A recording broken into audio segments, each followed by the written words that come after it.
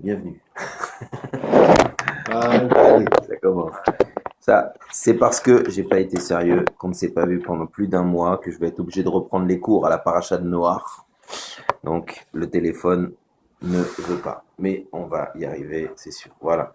Euh, oui, ça fait longtemps. Alors, j'ai pas d'excuses, hein. Il y a eu, comment ça s'appelle? Il y a eu toutes les fêtes du calendrier qui se sont acharnées sur le jeudi. On a eu les fêtes trucs, le nouvel an, puis après il y a eu la neige. Bon, au Hachem, ça fait un bon mois qu'on s'est pas vu, au moins. Et donc il faut rattraper ce temps-là. Et surtout qu'en attendant, que ça soit au niveau de la paracha et surtout la paracha qu'on vit tous les jours, euh, on peut dire que ça glisse, c'est terrible. Ça va pas glisser doucement. Allez, voilà. On peut dire qu'on a vraiment eu quelque chose de chargé. On a eu des événements vraiment pas simples, hein. Je fais évidemment allusion à ce qui s'est passé en France, à ce qui s'est passé, ne serait-ce qu'il y a quelques jours ici à Tel Aviv. Et ça réveille énormément de questions. Alors on a beaucoup de courants, le courant de ceux qui disent Israël ou rien d'autre comme la solution, faites l'alia, venez vite, qu'est-ce que vous faites en dehors d'Israël, parce qu'en France, en Europe, je ne sais pas où. Donc on entend plein de discours, plein de réactions, parce qu'évidemment, vivre des événements comme ça oblige à réagir. Et donc on a beaucoup de réactions à tout ce qui se passe.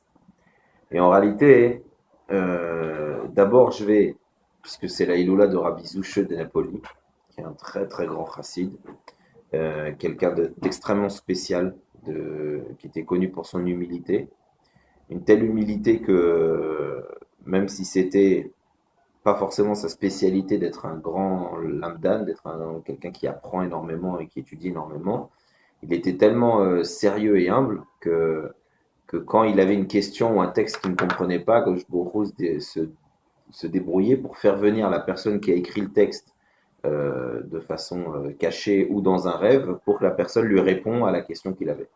Tellement il était humble, Akadosh Baruch Hu se pliait en deux pour lui faire plaisir, à tel point qu'on a même une histoire, et je vais en raconter deux, parce que ça va avoir un lien avec tout le reste du cours, et puis on pour redire faire son nom. honneur, Rabbi Zouche di Napoli. C'est Chabad. Non, non, c'est un chassid, enfin, non, non, c'est un chassid. C'est un chassid de l'époque de l'Admorazaken, premier des Rabbi Chabad. Et, et une fois, justement, on est allé voir le Baal Shem Tov et l'Admorazaken, et on leur a dit comment la Torah elle peut demander à un juif de dire merci quand quelque chose nous arrive de bien et de dire merci quand quelque chose nous arrive de mal. C'est complètement pas naturel. Si je gagne 100 shekels, je peux imaginer que oui, il y a un certain travail de penser, de dire merci à Dieu pour ce que tu viens de faire. Mais quand je perds 100 shekels, alors là, me demander de dire merci, c'est pas évident.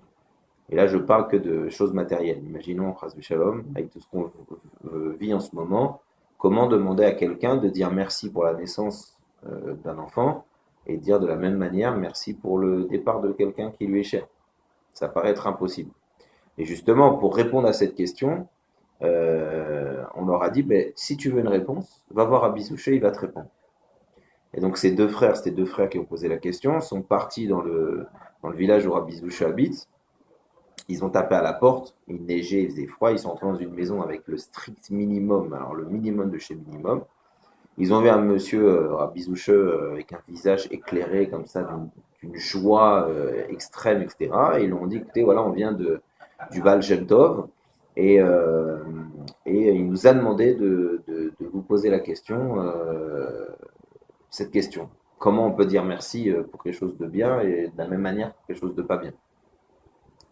Et, le Rabbi Zouchereng d'avoir entendu que le Baal Shem Tov a envoyé des gens chez lui et que c'était donc des gens qui venaient de la part d'eux, il a commencé à s'exciter, à essayer de laver la table, d'amener du pain, de l'eau, le peu qu'il avait, d'essayer de recevoir ses invités avec beaucoup d'honneur, etc., etc. Et à la fin, qui s'est tellement agité pour essayer de les recevoir comme il faut, etc., il a, il a parlé à haute voix et il a dit, mais pourquoi moi? Pourquoi moi je serais capable de répondre à une question pareille? Quand moi je peux répondre à ça? Et il s'est mis à fredonner un nigoun, et puis il a commencé à rentrer dans un chant, dans une mélodie, et à la fin il a dit, ben, j'aimerais bien répondre, mais je vois pas, j'arrive pas à savoir quand Akadosh Baruch Hu, il fait quelque chose de mal. Et en fait, c'était ça la réponse. Ça veut dire que quand on demande à quelqu'un comment tu peux dire merci pour du bien ou merci pour du mal, c'est pas évident parce que dans notre Question est vision de la bizarre. vie, on a une notion de bien et de mal. Mais quand on parle de remercier Akadosh Baruch Hu, alors la notion de bien et de mal, elle doit disparaître. Parce que ce qui vient de Dieu vient de Dieu. Et en tant que Yehudi, je dois reconnaître, la Shonoda'a, je dois reconnaître, je dois avoir conscience que ça vient de Dieu. Et dans le fait de reconnaître et de prendre conscience, il y a aussi le fait de remercier. Donc ce Rabbi Zoucheux, qui était quelqu'un qui était d'une extrême pauvreté, qui vivait avec le strict minimum, il disait, mais comment, mais de quel mal tu parles? Moi j'ai toujours remercié Dieu, mais comment je peux t'expliquer de mal? Il m'a jamais fait de mal. Il n'avait jamais pensé ou vu quelque chose, et pourtant, on sait toute cette époque-là, comme elle était dure à vivre, et les pogroms, etc., il ne voyait pas le mal. Donc ça, c'est un certain niveau, mais c'est juste pour faire honneur à Saïloula. Mais surtout, l'histoire que je vais vous raconter, et qu'après, on va rentrer dans le sujet du livre Shemot, et de tous les événements qu'on... Alors attention, hein, je ne vais pas me lancer dans un décryptage de l'actualité et commencer même si les gens adorent ça, je vais être très prudent, mais l'histoire, elle va illustrer tout le reste du cours. Justement, Rabbi Zouché était dans sa petite maison et il entend du bruit, il entend un khatan et un kala, il entend des mariés, ça va? Ouais, il y a 7 minutes 20. Et, Et donc, il entend des mariés et il se lève de son étude et il court et il monte les escaliers. Et il arrive devant eux et il commence à dire Mazel Tov, et il se met à danser et il montre une joie. Mais alors, vraiment, Bémet, on aurait dit que c'était le père, quoi. Le père d'un des deux, il est content et il danse. Et vraiment, il est tellement joyeux qu'à la fin, il tombe de fatigue, c'est-à-dire d'épuisement d'avoir dansé, d'avoir chanté, d'avoir acclamé les mariés avec la foule, etc., etc. Il en tombe.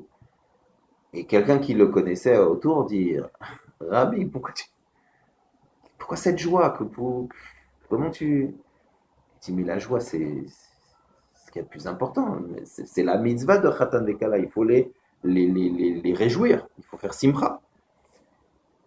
Et puis d'un coup, il se relève et se met à danser, etc. Et puis vraiment, à la fin, il est complètement KO. Il s'assoit et puis il lui dit mais comment tu fais pour être sa mère comme ça? Et il lui dit ouais, je vais vous donner un grand secret de mon maître. Pour être Bessimcha, il faut faire 3 choses. Alors vous allez voir les 3 choses. Au départ, on ne voit pas trop le lien avec le fait d'être joyeux. Ok. Mais il dit il y a 3 choses qu'il faut faire pour être tout le temps Bessimcha. La première chose, c'est qu'il ne faut jamais profiter de la faiblesse de quelqu'un d'autre. Deuxièmement, il faut toujours donner la tzedaka avec générosité. Et troisièmement, est-ce que j'ai oublié? Non. Ah oui, troisièmement, il faut accorder son pardon à quelqu'un tout de suite. Alors, je répète, et les élèves lui disent, mais en quoi c'est tellement lié à la simcha ça? Il dit, c'est le secret. Genre, gratter ces choses-là, vous allez comprendre comment quand un homme il va atteindre la simcha, on sait que la simcha c'est Otiot Mashiach, donc il y a quelque chose, c'est pas simplement ouais je suis content, ça va bien aujourd'hui, non je me sens bien dans ma peau, on parle pas que de ça, on parle de la simcha comme une clé qui est poretz c'est la chaîne pritza, pousser, faire tomber, poretz c'est peretz c'est ufaratsta, c'est la geoula, donc on parle de quelque chose d'extrêmement fort. On ne parle pas de simplement un bien-être chinois. Le matin, je me réveille et j'ai pas de crampes. On ne parle pas de ça. On parle d'une simcha profonde qui est pour être gader, qui enlève tous nos ennemis, qui fait tomber tous les voiles. Et Rabbi Zouche nous donne, lui qui est l'homme le plus humble, Il est appelé, alors il écrivait Zushe Akatan, le petit. Mais pas par faire classe, par, par sentiment. Et donc, il dit la simcha, le secret de la simcha, c'est Pour pas foutre avec quelqu'un. ne pas profiter de la faiblesse de l'autre, donner la tzedaka avec générosité et accorder son pardon tout de suite à quelqu'un. Très, et là, bon, évidemment, vous connaissez, étant donné que je suis un Chabad invétéré et puis que vous avez l'habitude maintenant de mes cours, j'ai l'impression, vous avez peut-être l'impression des fois que je parle très peu du bon Dieu. Pourtant c'est lui le maître, mais que je parle souvent de nos rapports entre nous. Mais parce que c'est la clé. C'est-à-dire que là, par exemple, sur un sujet comme la simcha, qui est un sujet tellement puissant, d'accord, dans toute la chassidoute, dans la Torah en général, dans la Kabbalah en général, simcha yot Mashiach, je le répète, eh ben, d'abord Rabbi Zouché, il nous donne trois choses qui ne sont pas liées à Dieu. Tu aurais pu dire pour être simcha, étudier la Torah Be'ava, je sais pas moi, mets les tefilines avec Tvekut Hashem en pleurant, mais Kippour, habille-toi en blanc. Il te parle de trois choses qui sont des choses de la vie. Ne pas profiter de la faiblesse de quelqu'un, donner de la tzedaka à l'autre avec générosité, et puis donner ton pardon tout de suite. Et alors, vous allez voir que quand maintenant on va rentrer justement dans le cours, donc là c'était pour illustrer, mais vous allez voir comment ça va s'habiller dans tout le reste du cours, parce qu'on va parler de la Géoula. On est rentré dans le livre Shemot il y a quelques jours de ça, et quelques semaines maintenant donc. On est parachat Bo, on va approcher la Hilot Baba Salé, donc c'est Shabbat si je ne me trompe pas, et il y a eu plein d'événements. Paris, Tel Aviv, et ainsi de suite. Et moi, je vais essayer, gentiment, hein, je vous dis, sans faire ni le marabout, ni le mec qui est au-dessus des choses, on va essayer simplement de tirer un fil entre tout ça et de voir que il y a sûrement quelque chose à apprendre. Sûrement quelque chose à apprendre. Alors, le livre Shemot, qui a commencé il y a quelques semaines, on sait qu'il y a un sujet pendant plusieurs semaines qui est un travail de groupe, un travail groupé entre les parachutes. C'est une période qu'on appelle dans le Shulchan Aruch Shovavim. D'accord? Et il y en a qui disent Shovavim Tat, ce qui rajoute, en fait, Shovavim Tat, c'est les premières lettres des parachutes qu'on lit. D'accord? Donc Shemot, etc., Bo, Veshalar, Vaerat, Shovavim, Mishpatim, Trumat et Tzavé. Ok, Tat. Shovavim, ça veut dire quoi? Dans le langage Shovav, c'est quelqu'un. Shovav, ça veut dire. Malin. Voilà, un malin, quoi. Un mec qui joue. Tu lui dis, t'as des clopes? Non. Et tu vois son paquet qui dépasse. Tu lui dis, tu vas au cours? Oui. Tu le vois pas. Un Shovav. Il fait pas ce qu'il dit et il fait pas ce que tu veux. Tu lui dis, tu sais, c'est important, n'oublie pas, hein, c'est toi qui amène ça chez mamie. Oui, oui, oui. Ni mamie, ni le paquet, ni rien du tout. Un Shovav, il fait pas ce qu'on lui demande. Il adore faire. Cette période-là, ce qui est marrant, pas marrant, c'est pas le mot le plus précis que j'aurais pu utiliser, mais ce qui est simchatique, c'est que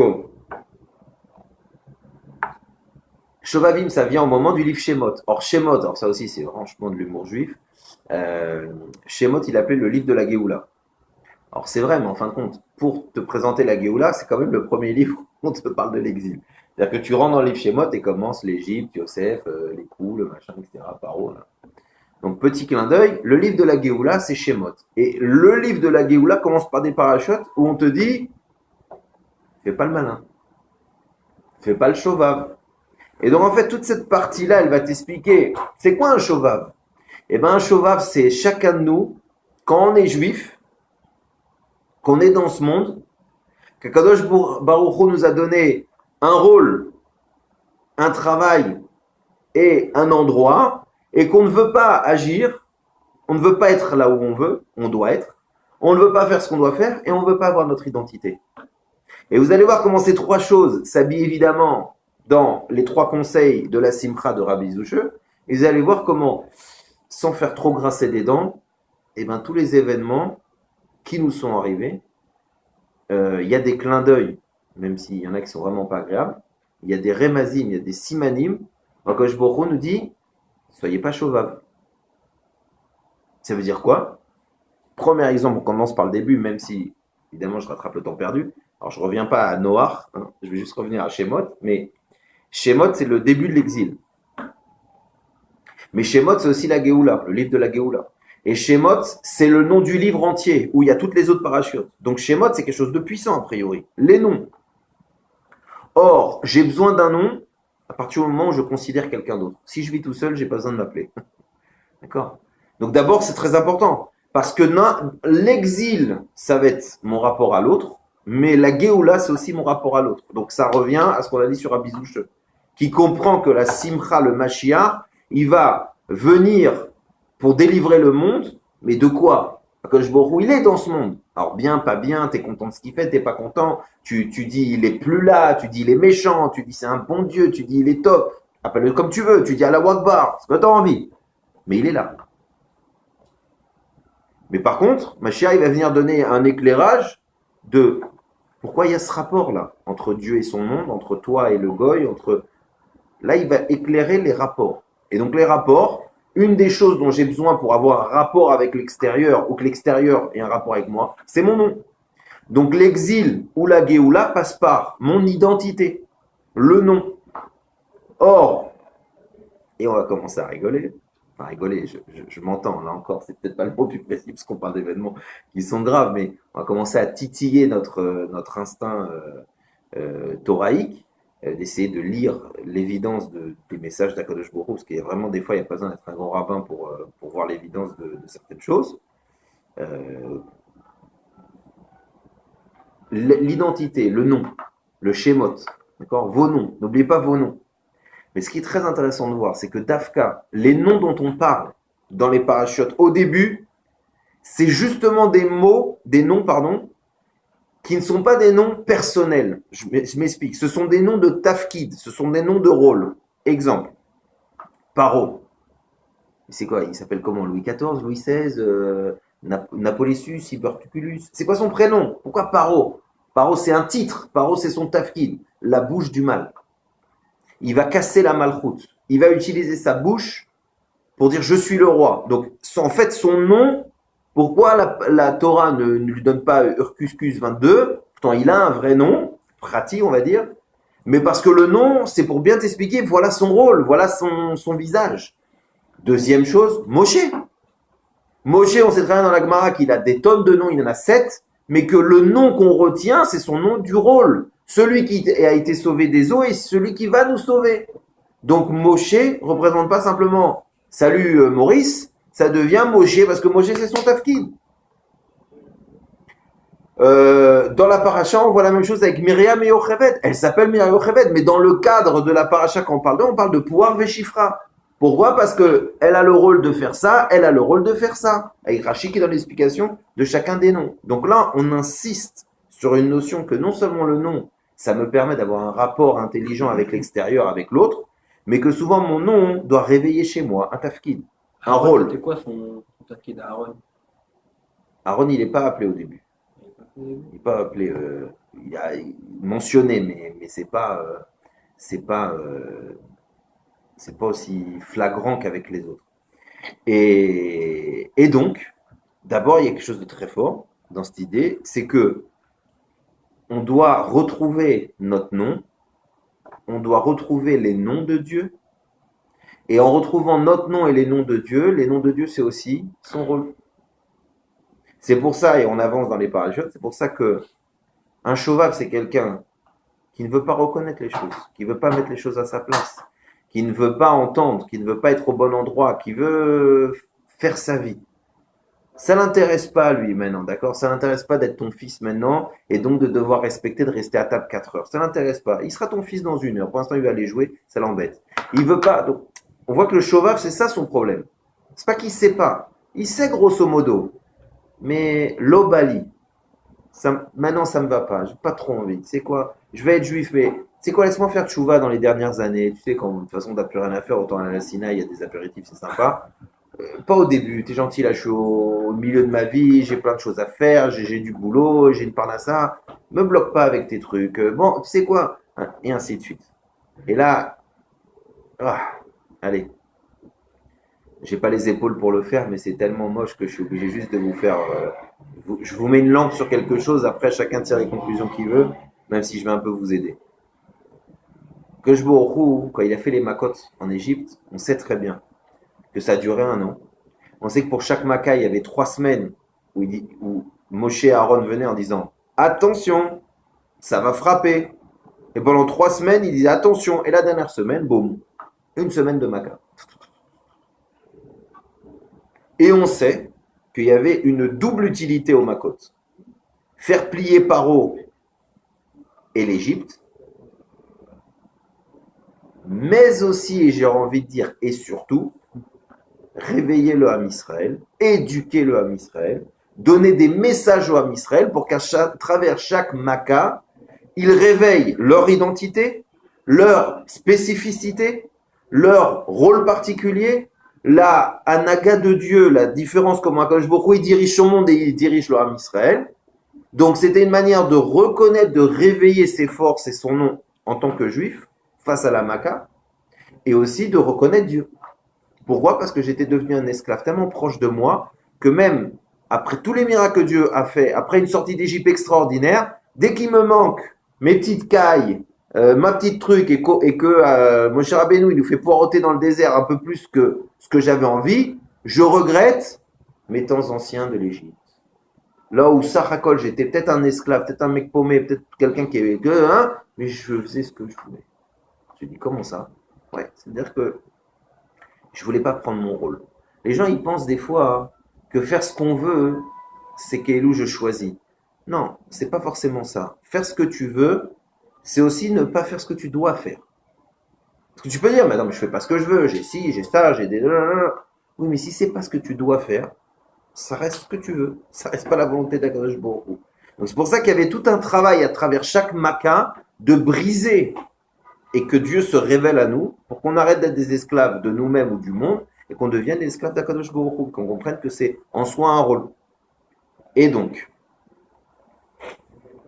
heureusement que vous êtes bien assis et vous allez dire, mais celui-là, il vient pas souvent, mais alors quoi il vient, il se mouille. Je suis obligé de dire, il y a des choses, ça ne fait pas plaisir, mais je me suis posé une petite question. Après les événements qui se sont passés à Paris, euh, qui sont évidemment, hélas, la suite logique du comportement de la France, des choix qu'ils ont faits, des choix qu'ils continuent à faire, de la et évidemment de ce djihad lancé depuis quelques années maintenant facile, le djihad silencieux ou le djihad visible, agressif, de l'islam, de mettre un beau drapeau vert sur l'ensemble du monde. Avec toutes les méthodes qu'ils ont, par en dessous, par en bas, par le ventre des mamans, etc., etc. Par le fait, et c'est très important, d'écraser la majorité des musulmans sous l'enseigne de la minorité de ceux qui décident. Et c'est comme ça qu'ils font chez eux. C'est-à-dire que la majorité ont envie de rêver à autre chose, mais la minorité te dit, t'es pas là pour décider, fils. Oh, il va voir. Donc, on connaît et on voit ce qu'ils sont capables de faire. Mais non, étant donné que on peut largement comparer ce genre d'événement à des macotes, ne serait-ce que au niveau de l'impact que ça a, au niveau des goïms et au niveau du Ham Israël de vivre un événement aussi dur. Et donc forcément, on a ce travail avec prudence, d'essayer de dire, mais qu'est-ce qu'Akadosh Baruch Hu a voulu montrer de notre ennemi? Qu'est-ce qu'il veut montrer de notre ennemi et comment il a voulu le punir en faisant ça? Et puis, quel est le message pour nous? Est-ce qu'on peut apprendre de quelque chose comme ça? Alors évidemment, il y a des choses où Bémet, vraiment à Kadosh Baruch Hu, on sent que c'est la Géoula, il enlève les voiles, c'est-à-dire qu'il évite de nous demander une très très grande réflexion pour voir l'évidence. Par exemple, quand on sait que Imar Shemo, ce terroriste, il a dit de façon ouverte mais vous aimez la vie, les juifs. Nous, on aime la mort. C'est une phrase pareille. Quand moi je l'avais dit, ou quand d'autres rabbinim m'en ont parlé, on s'en serait fait, mais comment vous osez dire quelque chose d'aussi terrible? C'est-à-dire que c'est nous les nazis, de Shalom, d'oser dire que les juifs ils aiment la vie et que ces gens-là aiment la mort. Comment tu peux dire un truc pareil? Malgré qu'ils essayent dès qu'ils peuvent, de montrer les vidéos de la violence et de l'appel à la débilité, et ainsi de suite, etc. Mais malgré tout, ça ne se dit pas. Mais là, quand c'est Paro lui-même qui dévoile son jeu et qui te dit clairement, mais nous on aime la mort et vous aimez la vie, alors là on comprend qu'on est dans un sujet où tout ce qui va s'associer à ça, c'est pour dire attention, Am Israël, attention les goïms, il y a quelque chose de très fort aujourd'hui. Il y a, c'est digne d'un bon Jedi, il y a, attention, le camp de l'obscurité et le camp de la lumière. On ne peut pas jouer là maintenant. Ah, que Akadosh Borou, il est, que dans le mal, il y a aussi de la lumière, qu'on est tout un travail, c'est encore une autre discussion. Mais attention, il y a Paro et il y a Moshe Rabbeinu. Il y a l'Égypte et il y a Eretz Israël. Réveillez-vous, c'est plus la même chose. Donc, il y a quelque chose de très fort déjà dans ce message. Et alors, remarque, tu aurais pu dire Shrianou pour moi. Ouais, je sais que ça te. Je crois qu'après un mois, non, ça fait un an, Mechayametim. Ouais, non, mais Mechayametim, c'est un an. Quand même pas. Quoique, on a vécu tellement d'événements chauds que nous, on pourrait se dire Mechayametim tous les matins. Bon, Hachem. Donc là, j'insiste que, et là, je lance la bombe. J'attendais Max. Le max. Étant donné, alors on comprend au niveau de nos ennemis, c'est tellement facile et tellement simple de comprendre que justement les masques tombent. On arrive bientôt à Pourim. Les masques tombent, c'est-à-dire que comment un pays comme la France ose organiser une marche genre contre le terrorisme, alors qu'il y a une semaine avant, ils étaient en train de se battre pour obtenir des Palestiniens un État, et qu'une semaine après, ils se battent pour que Israël soit reconnu comme crime contre l'humanité. Donc, de qui on se moque? De quelle liberté tu parles? De quelle liberté d'expression tu parles? En quoi? Et là, je vais employer un mot qui est très important. En quoi je suis shayar? Shayar, ça veut dire en quoi je suis lié? En quoi j'appartiens à ce message?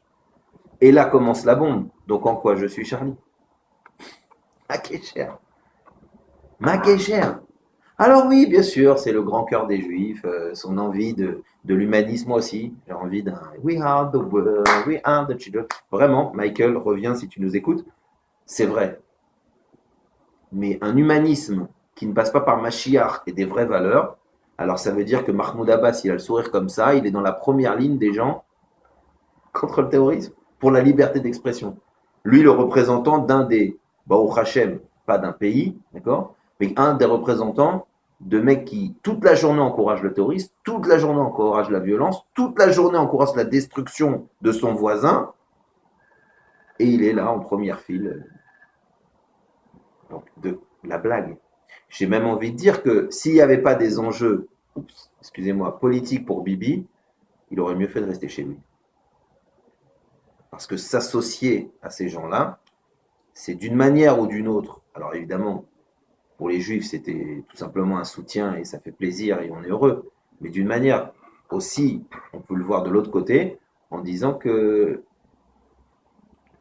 oi vavoy, comment on sait, comment on a chèrement payé et comment le pays a très très mal payé des espèces de serrage de main avec Arafat, etc., sous la grande moralité des goïms et des autres nations, on sait qu'à Tkama, on a payé ce genre d'attitude.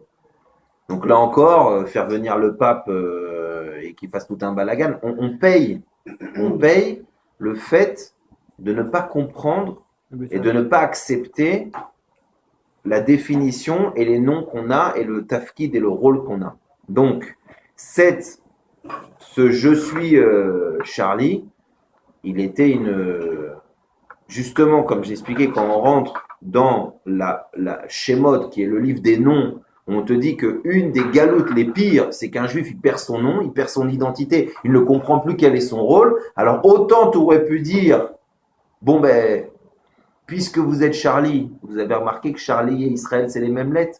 Donc vous allez commencer à arrêter de dire des bêtises. Vous allez vous calmer sur les ch'touillottes. Vous allez commencer à comprendre qu'il y a un coin,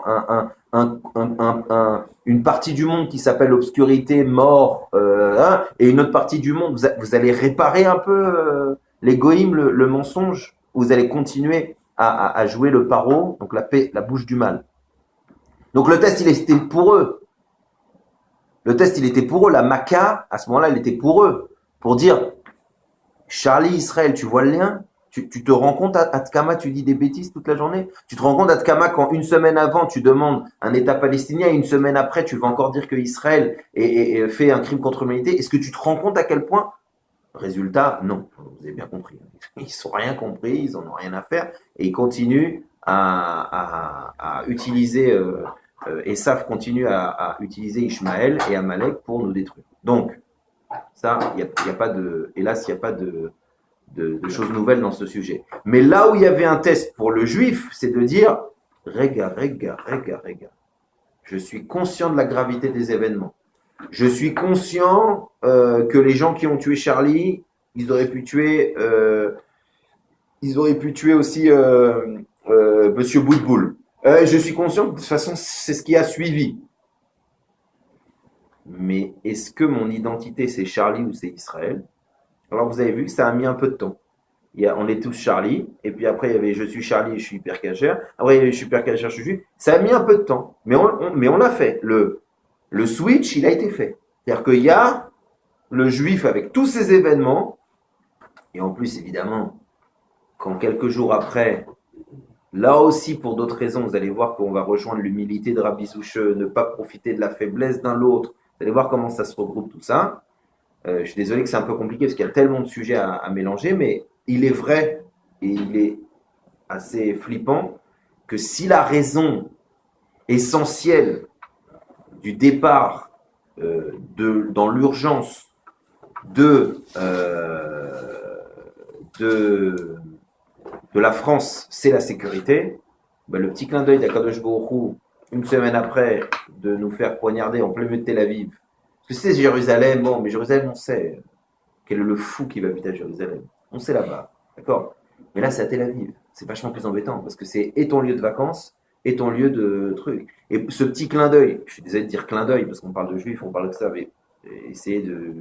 Vous savez que j'ai pas un cœur de pierre, mais cette chose-là, c'est juste pour te dire, si uniquement l'alia d'un juif et le fait qu'un juif il retrouve son identité, il a envie d'aller sur sa terre et il a envie de faire son rôle, ça passe uniquement par il y a les Cosaques, il y a Daesh et machin, on te dit tu sais, fais pas le malin parce que l'endroit où il y a le plus d'antisémitisme dans le monde, c'est ici. L'endroit où quand tu fais à la fin de l'année le plus de morts et de blessés, c'est ici.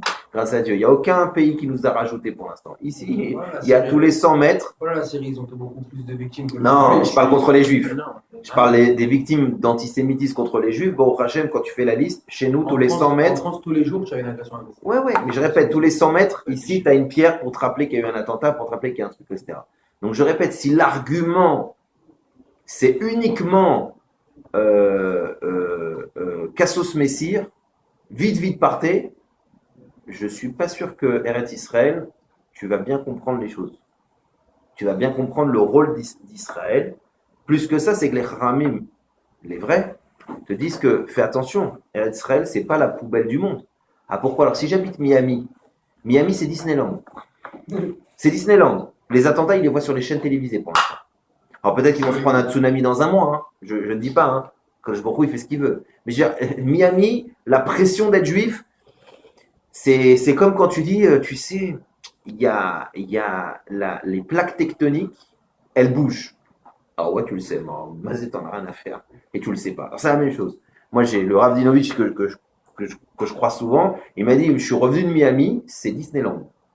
Les mecs, leurs inquiétudes, c'est est-ce qu'on a mis de l'essence dans l'hélicoptère? Bon, c'est pas grave, on prendra l'avion. Ça veut dire, mais Mazé, ils sentent rien de tout ce qui se passe. Non mais, tu m'as dit, c'est flippant. T'as l'impression que c'est Santa Barbara. Et alors encore plus quand, pour X ou Y raison, il est allé à Disneyland Mamash. Alors Disneyland, Disney World, il m'a dit c'est plus grand que Jérusalem. C'est plus grand que Jérusalem. Et il y a 90% dans Disney World, c'est des Oui. Les adultes. Ah, Bah oui, parce que c'est. Et les mecs, alors là, ils rêvent. Ça veut dire in the mountain, turn in the one. C'est-à-dire que le monde, il peut s'écrouler. Mickey, il est là, il sourit, Pluto, il fait la parade, et Aladdin, il t'amène à l'hôtel. Donc ça veut dire, il y a tellement une espèce de voile entre la réalité. Donc là encore, je répète, ces gens-là, si tu leur dis, ouais, tu vas flipper, ou il va t'arriver un tremblement de terre, ça va pas les faire bouger pour venir en Israël, si en plus c'est le but. Maintenant, je continue dans le truc. Là où il y a une vraie problématique, ce qui s'est passé, et là encore, avec une grande humilité, je ne veux surtout pas m'amuser à dire j'ai compris, je suis dans les cheshbonot du bon Dieu, chas veshom, justifier ce qui s'est passé, donner une explication. On sait très bien que n'importe quel juif qui oserait faire ça, il a intérêt à avoir des grandes oreilles parce qu'il va se faire attraper et par le bon Dieu et par les gens. Parce que justement, Rabbi Zouche nous dit, hey, tu vas être heureux dans ta vie, profite pas de la faiblesse de quelqu'un. Jamais. Tu vois, toi, tu as mis tes valises il y a un mois en Israël et tu commences à dire ah, les mecs, comment je fais mais je comprends pas. Ça, non, mais attends, je ne comprends. Tu comprends pas, bah, essaye de les comprendre et si tu veux aider, bah, vas-y, ouvre ton appart, trouve-leur un boulot, fais. Mais je comprends pas. D'accord. C'est comme quand tu vas voir un Israélien et que tu dis ah, je dois faire l'armée. Il dit quand même, c'est 3 ans. Fatigue, Sarkozy, hop, il se bat. D'accord.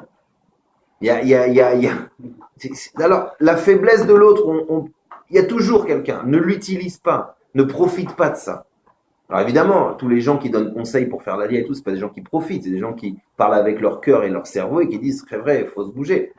Mais je parle intérieurement, on a tous quelque chose comme ça, on aime bien utiliser la faiblesse de l'autre, tu vois. Quand Baruch Hashem, on arrive à décortiquer un peu une Gemara et qu'un mec il hésite sur la Mishnah, on lui fait ah, mais il y en a un petit Razek.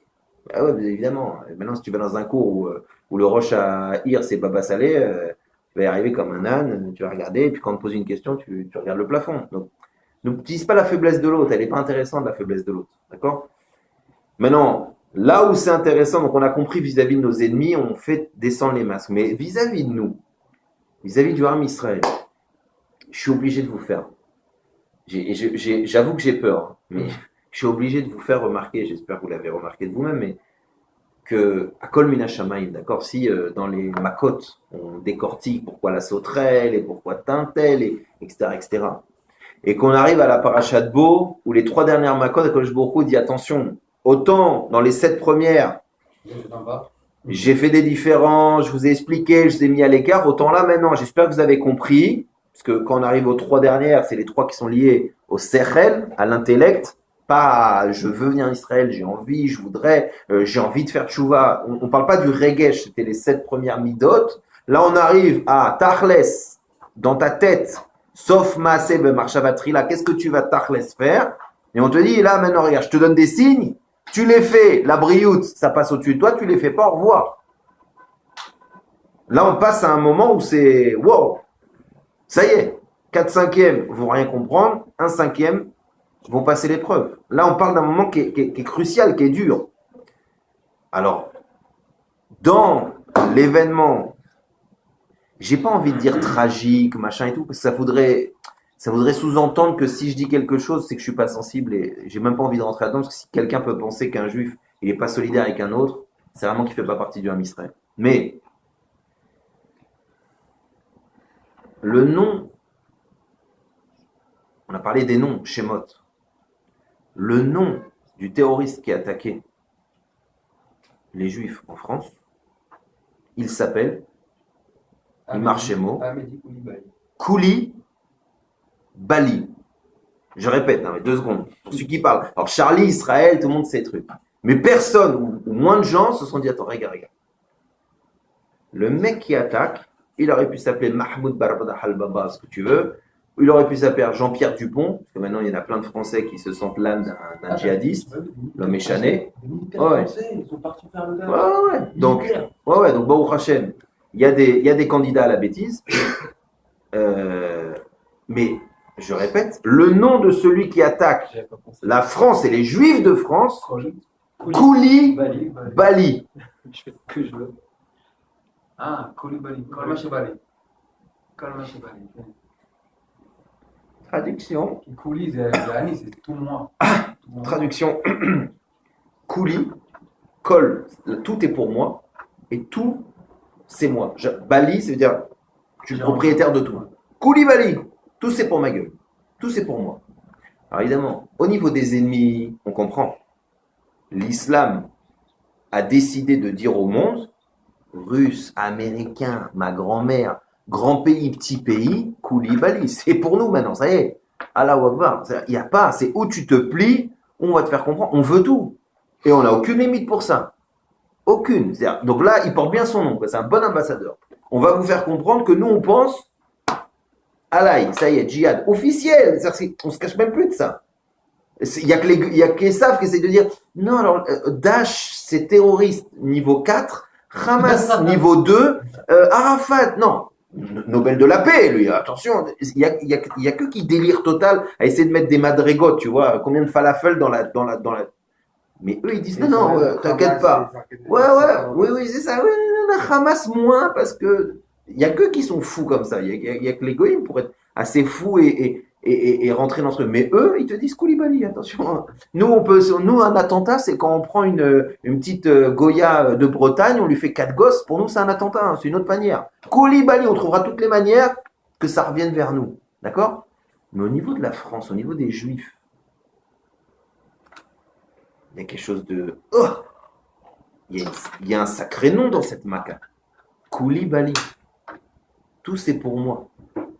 Quand on sait, hélas, et on est tous français ici, d'accord, on a tous été, etc. On sait, on est né en France. On sait à quel point la France, elle a créé chez nous ce sentiment de je.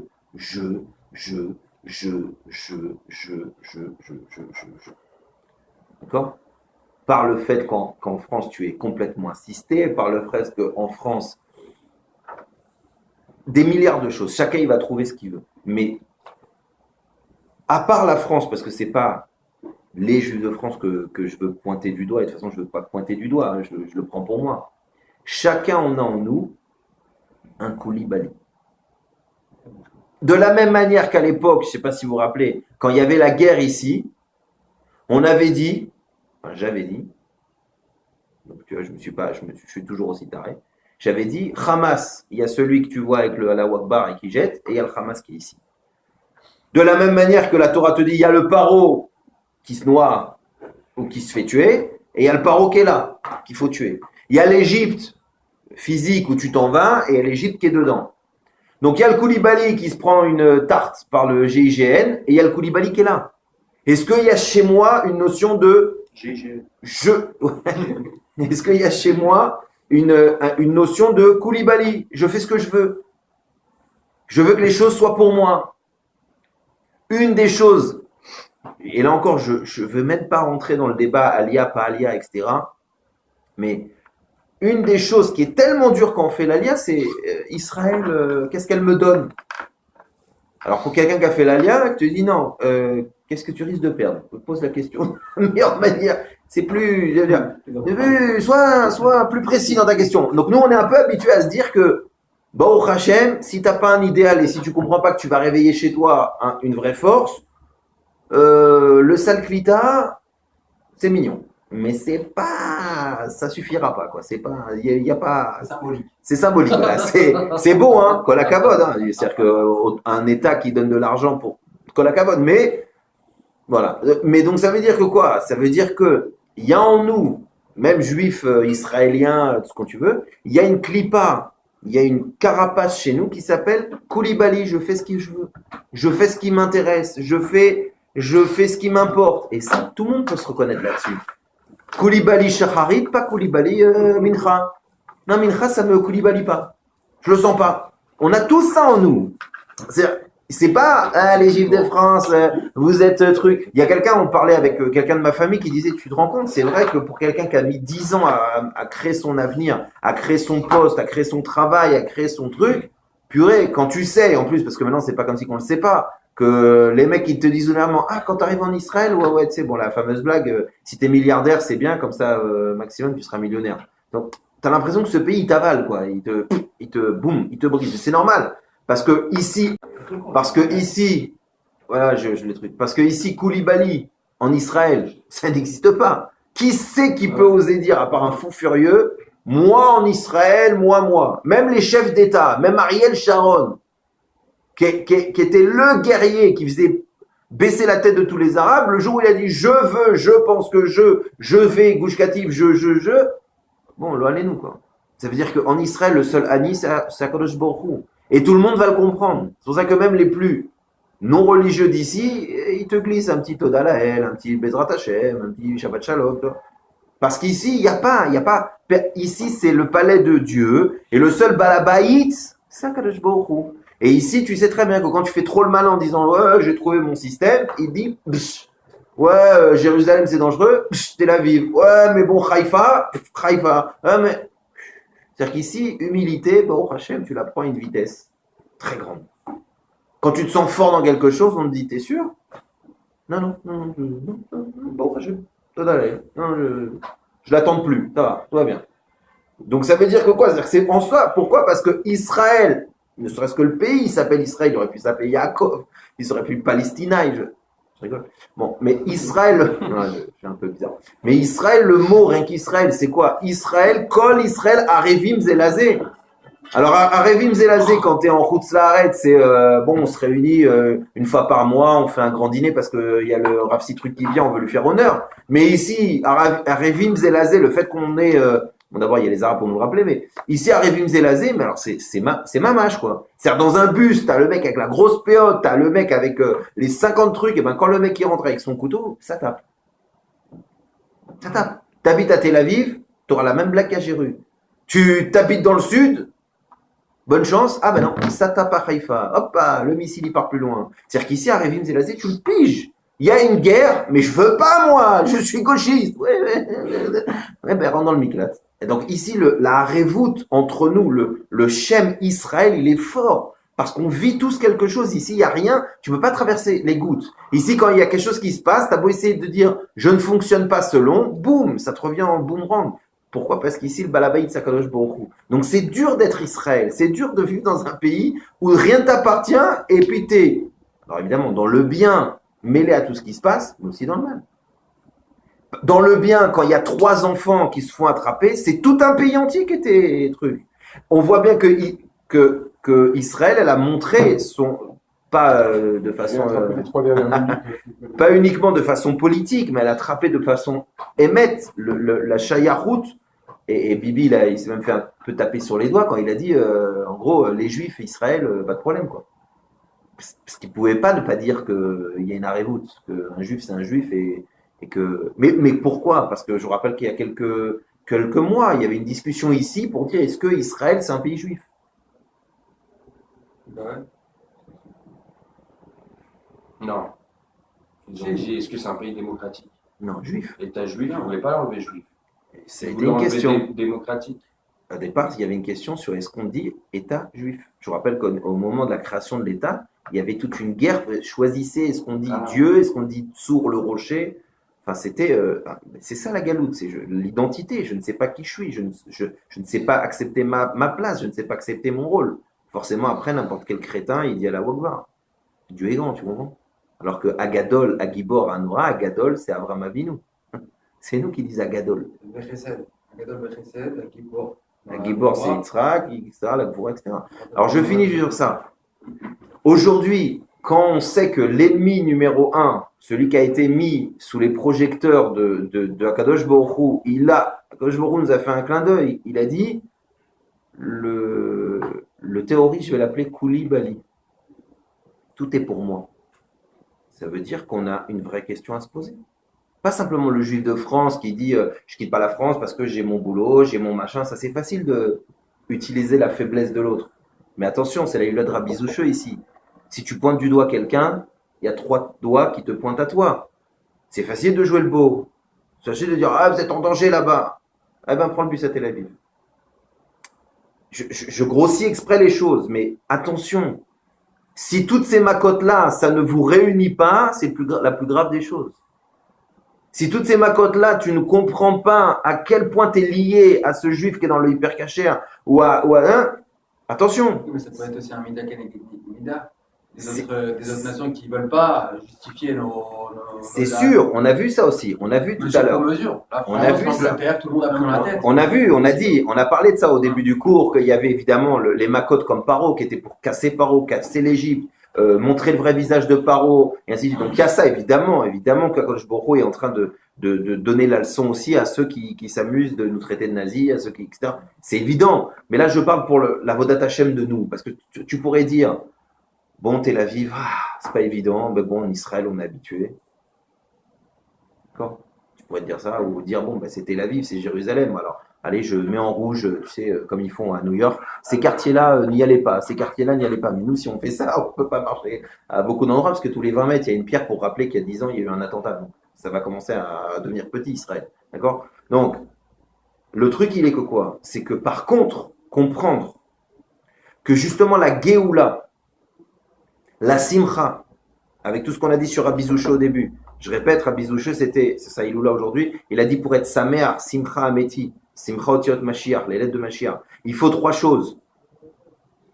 Toujours, et vous allez voir après avec tout ce qu'on a dit, ne jamais utiliser la faiblesse de l'autre.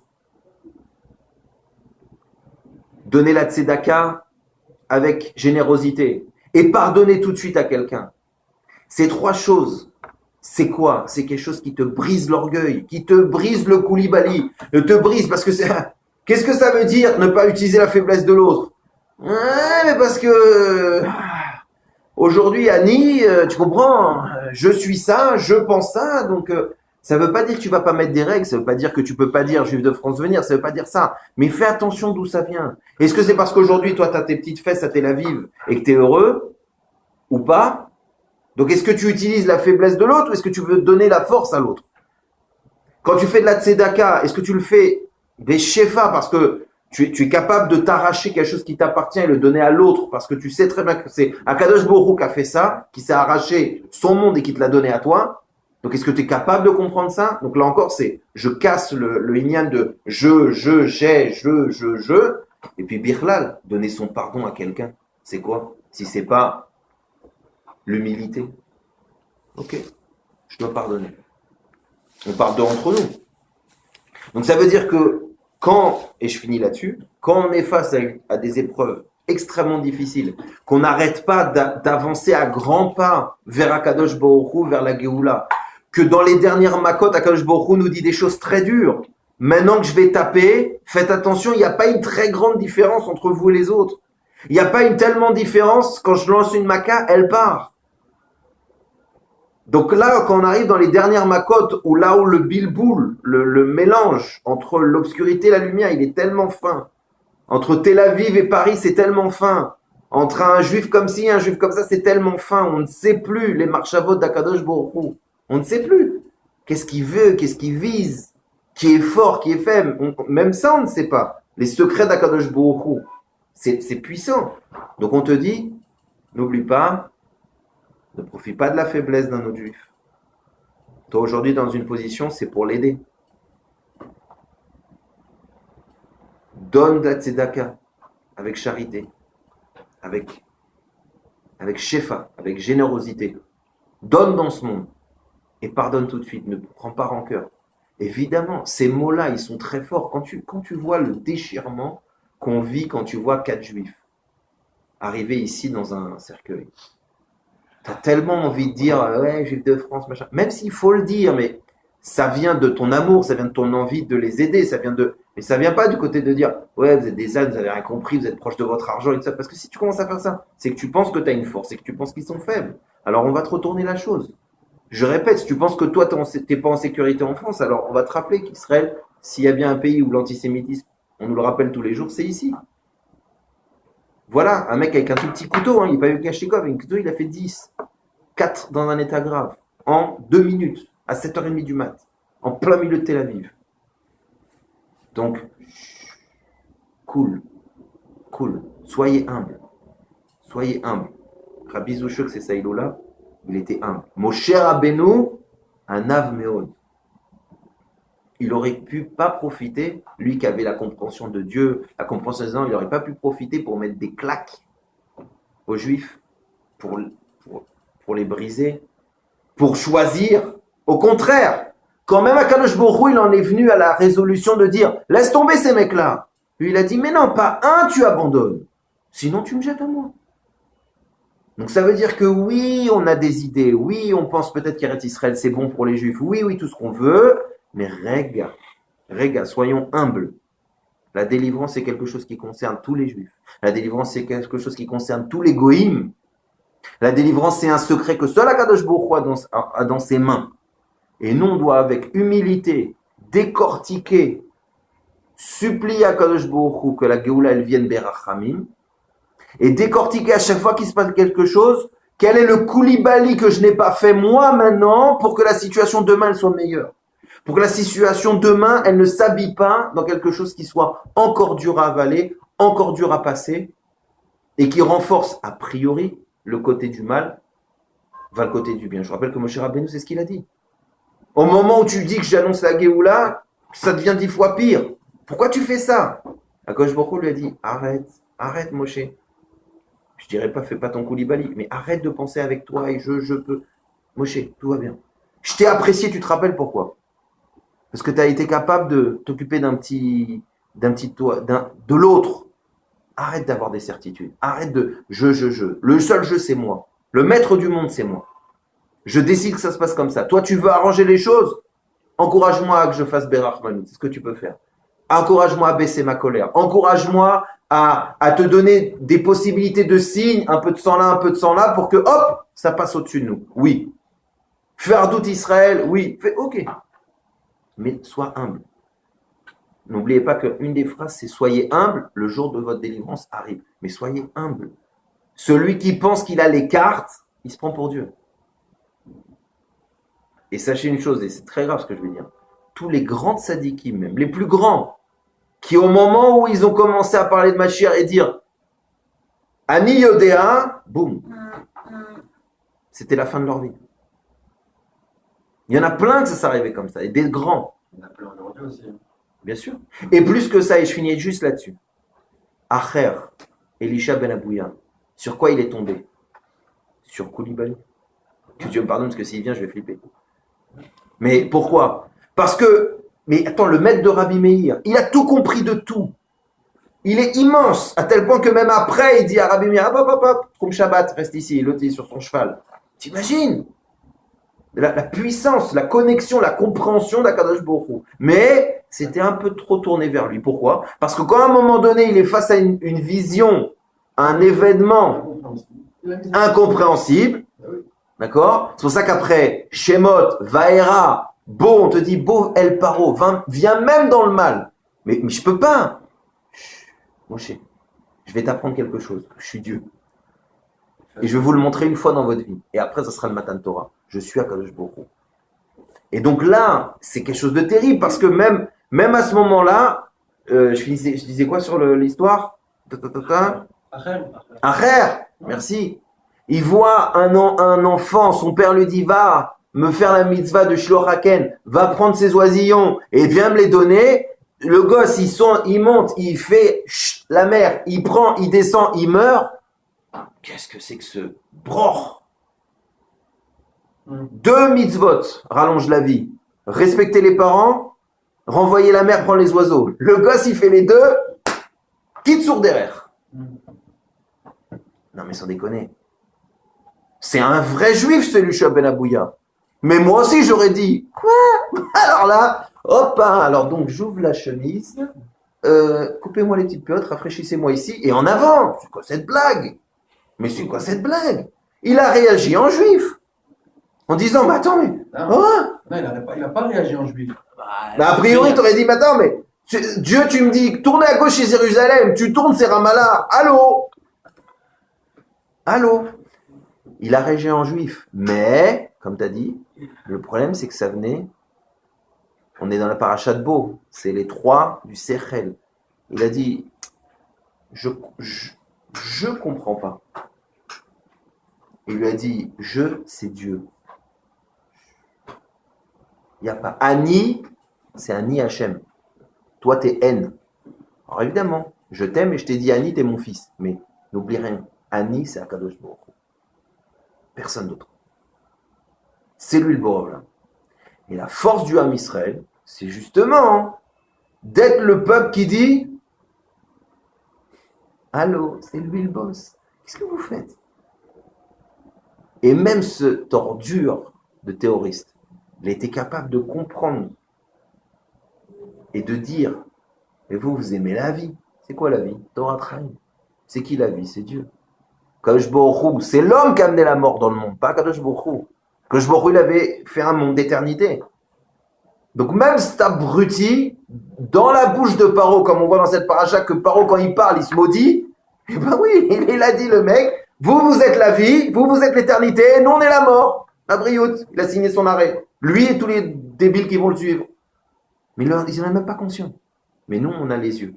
Et on dit, Kadosh Baruch Hu, aide-nous. Que ces choses-là, elles se passent, Berachman, c'est tout ce qu'on te demande.